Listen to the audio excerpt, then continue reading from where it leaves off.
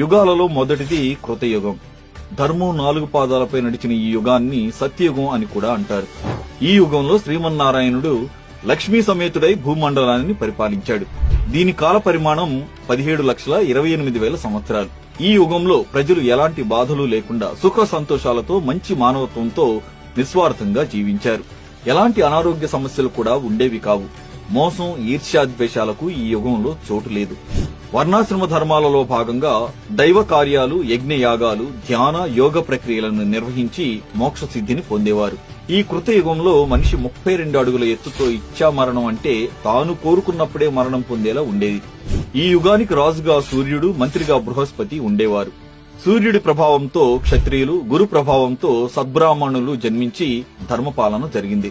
సత్యయుగం నుండి కలియుగం వరకు ధర్మం, జ్ఞానం, మేధో సామర్థ్యం, భావోద్వేగం, శారీరక బలం క్రమంగా క్షీణించడం జరిగింది. ఈ యుగంలోనే విష్ణువు మత్స్య, కూర్మ, వరాహ, నరసింహస్వామి అనే 4 రూపాల్లో అవతరించాడు. కృతయుగం తర్వాత వచ్చేదే ఈ త్రేతాయుగం. ఈ యుగంలో భగవంతుడిగా అవతరించిన శ్రీరాముడు రాక్షసుడైన రావణాసురుణ్ణి, పరశురాముడు కూడా కార్తవీర్యార్జునుణ్ణి సంహరించి ధర్మ సంస్థాపన చేశారు. ఈ యుగ కాల పరిమాణం 12,96,000 సంవత్సరాలు. ఈ యుగంలో స్వార్థం, లోభం వంటి లక్షణాలు మానవుల్లో చేరడం ప్రారంభమైంది. బ్రాహ్మణ, క్షత్రియ, వైశ్య, శూద్రులనే వర్ణ వ్యవస్థ ఈ యుగంలోనే ప్రారంభమైంది. మానవుల సగటు ఎత్తు 21 అడుగులు, ఆయుర్దాయం 10,000 సంవత్సరాలుగా ఉండేది. ఈ త్రేతాయుగంలో రాజుగా కుజుడు, మంత్రిగా శుక్రుడు ఉన్నారు. కుజుడు యువకుడు, యుద్ధప్రియుడు, సుక్షత్రియుడు, బాహుబల పరాక్రమవంతుడు. రాక్షస గురువైన శుక్రాచార్యుడు మాయమంత్ర తంత్రవాది, కుజుడికి పరమశత్రువు. రాజు మాటకి, మంత్రి మాటకి పడకపోవడం వల్ల మంత్రులు క్రూర స్వభావులై రాజ్యపాలనను భ్రష్టు పట్టించారు.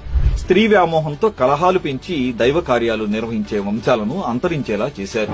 ఇలా రాక్షసులు, దుర్మార్గుల వలన త్రేతాయుగంలో ధర్మం ఒక భాగం దెబ్బతిని 3 పాదాలపై నడిచింది. త్రేతాయుగం తర్వాత వచ్చేదే ఈ ద్వాపర యుగం.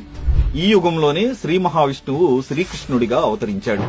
దీని కాల పరిమాణం 8,64,000 సంవత్సరాలు. ఈ యుగంలో మానవుడు స్వార్థం, ఈర్ష్య, అసూయ వంటి అవలక్షణాలను పుడికిపుచ్చుకుని ఎన్నో అధర్మాలకు పాల్పడ్డాడు. రాజ్యం కోసం సోదరులతోనే కురుక్షేత్ర యుద్ధం చేసిన దుర్యోధనుడే ప్రత్యక్ష ఉదాహరణ. వర్ణ వ్యవస్థ ఆధారంగా వృత్తులు నిర్ణయించబడ్డాయి. వేద విద్య బ్రాహ్మణులకు, రాజ్యపాలన, యుద్ధ కళలు క్షత్రియులకు, వ్యాపారాలు వైశ్యులకు ఉండగా శూద్రులు అంటరాని వారిగా బానిసలుగా పరిగణించబడ్డారు. వేదాలను ఋగ్వేదం, సామవేదం, యజుర్వేదం, అథర్వణ వేదం అనే 4 భాగాలుగా వర్గీకరించారు. ఈ వర్గీకరణ కారణంగా విభిన్న వృత్తులు, కార్యకలాపాలు ఉనికిలోకొచ్చాయి. ఈ యుగంలో మానవుడి ఎత్తు 10 అడుగులు, ఆయుర్దాయం 1000 సంవత్సరాలుగా ఉండేది. ద్వాపర యుగంలో రాజుగా చంద్రుడు, మంత్రిగా బుధుడు